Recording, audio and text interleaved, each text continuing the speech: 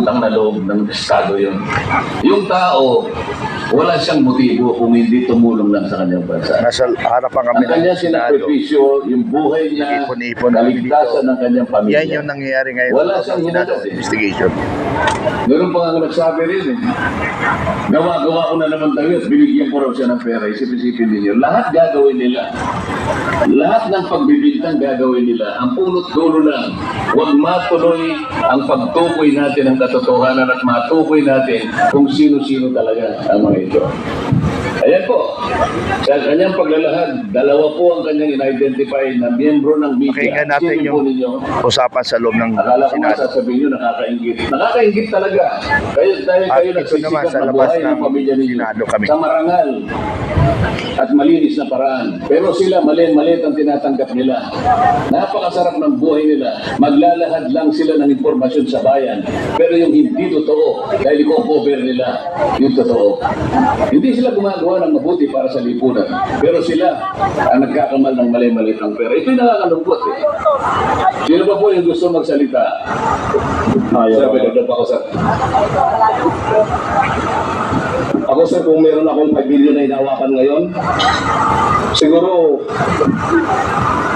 hindi nyo na ako makikita din dito siguro sir, bakit pa ako maglalahad? Kahapon nga tumawag yung nanay ko sa akin, nasa hospital. Sabi ko nakakahiya naman humingi ng tulong kay attorney. Nakakahiya naman kasi parang critical na sitwasyon namin ngayon. Ngayon ma'am and sir, your honor, nagugutom kami. Ang pamilya namin ngayon gutom sa ginawa namin. Totoo. Kasi itong ginawa namin dito pang sarili para sa bayan ito. Kaya huwag yung sabihin na tumanggap kami ng 5 milyon. Pagpalit ang dignidad namin bilang isang dating sundalo. Yun lang po sir, maraming salamat. Okay, yung pong gusto pang magsalita para makonfirma natin sa pamagitan ng yung individual na pagsasalita. Sige po. Your honor, dagdag ko lang. Yung delivery na ginawa ni Tapo Ligitesa. Kami po yung unang nagkasama doon sa Pwede po Mapindinon. Banggit niya, naalala ko, yun ang pinakamalaki, pinakamaraming maletang nakita niya sa pagdi-deliver ninyo. Parang 46 na maleta ang sinasabi niya noong araw na yun. Siguro your honor hindi niya matandaan pero ako tanda ito. 50 po na malita. May malita. Ay, balita! Ayan na! Ay, balita! Balita! Ayun na! Balita! Balita! Ayun na! Yung po sa atin ko, yung naku, yung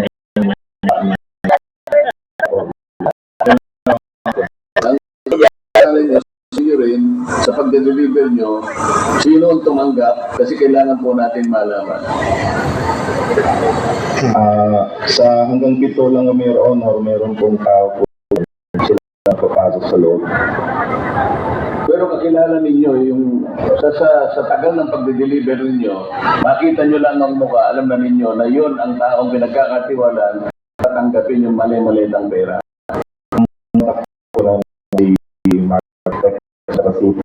Which is kasama po namin yung kanya. Yun ang dahilan kasi, Mr. President, kung bakit yung Mark Tiksay na yan at saka yung John Paul Estrada talagang pinagkatago-tago nila. Di natin alam kung anong lupalot na ng mundo nandiyan sila. Sapagkat sila talagang pinagtiwalaan ni Saldico, hindi lang sa pagbibilang, kung hindi yung paglalagay sa maleta, at kung sino-sino ang dapat na tumanggap. Sino pa po ang gustong kayo po? Ako po, Your Honor, Romel C. Galapon po. Itong sasabihin ko, sir, wala po sa affidavit namin. Pero ito po yung detalyado. Kung talagang gusto nyong malaman, kung may mga CCTV noon, pwede nyong i-consider i-request. Nag-deliver kami sa 14 Naray Street, South Corpus, Makati.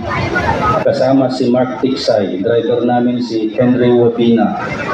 Sakay ang Toyota Grandja, plate number Eco 4628 noong 29 August 2024, around 19,500.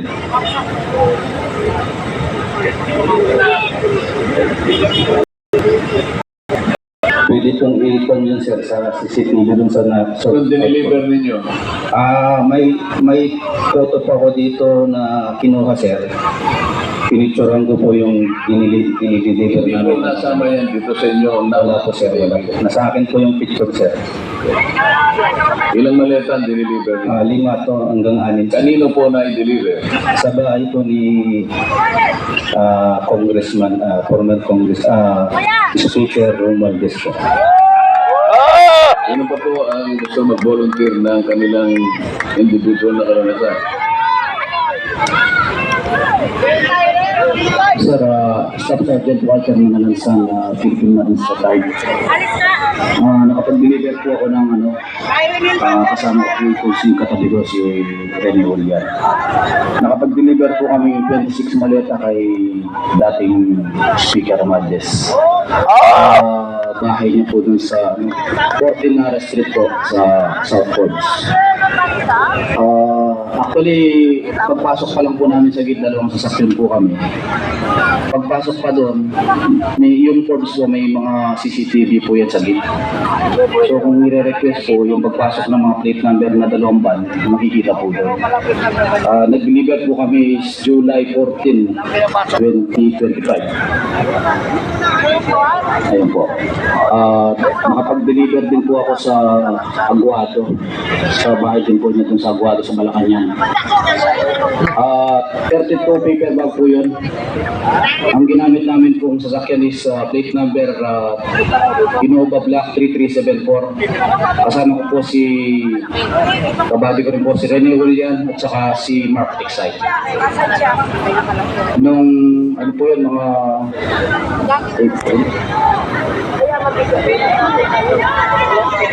April po yan, 2025. Saka yung sinasabi po nilang nakatanggap kami ng 5 million.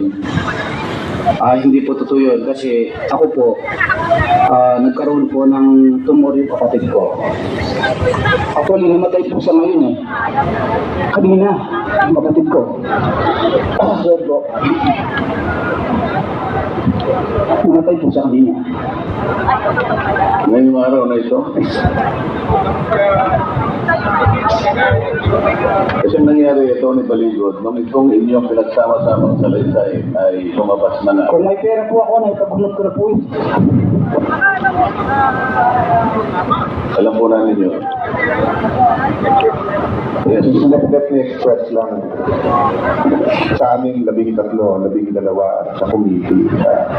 Nakikiramay at we're so sad to hear the circumstance yung lahat. I mean, it happens to many Filipinos, but not at a time where you're risking your life at hindi nyo alam kung makukulong na kayo bukas, mapapatay kayo. That's why nagpapasalamat nandito. Ang pangako lang namin, your testimony will not go in vain. So, that's why kung bringing up kanina yung 5 million, kaysa sa media kayo mag-question mamaya, malaman talaga namin. And I didn't know that yan ang circumstance na lahat. So, tatanggapin niyo yung aming pakikiramay. You know, I don't know. Yung kasing natanggal yung inyong livelihood, pwede namin ibalik yun eh. Pero yung namatayin kayo, hindi naman namin mababalik yung pagpapagamot doon eh. So, you know, tanggapin nyo yung kami paumanhin. But we will do better. Ilan lang kami natitira sa committee na to at sa Senado. We will do better to give justice dun sa sinasabi ko.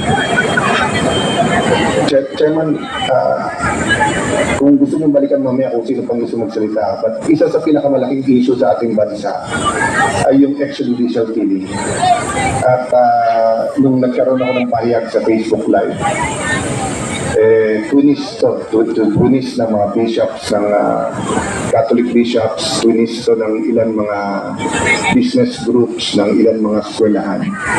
Let me repeat it here in context of paragraphs 27 to Boses ni Senate President 32, Alan Peter Cayetano meeting 33 investigation of flood 27 to 32. No? at yung Kami apat 18 dito na nandito sa committee ngayon, iba-iba kami ng religion. Senator Amy, Senator Marcoleta, Brother Robin, ako, iba po kami ng spiritual na paniniwala. Pero kung hindi ako nagkakamali sa Katoliko, sa Iglesia, sa Evangelical Christian at sa Muslim, pare-parehong naniniwala na bawal pumatay. Thou shall not murder. Thou shall not kill, thou shall not murder. Ang pagkaintindi ko kasi, dahil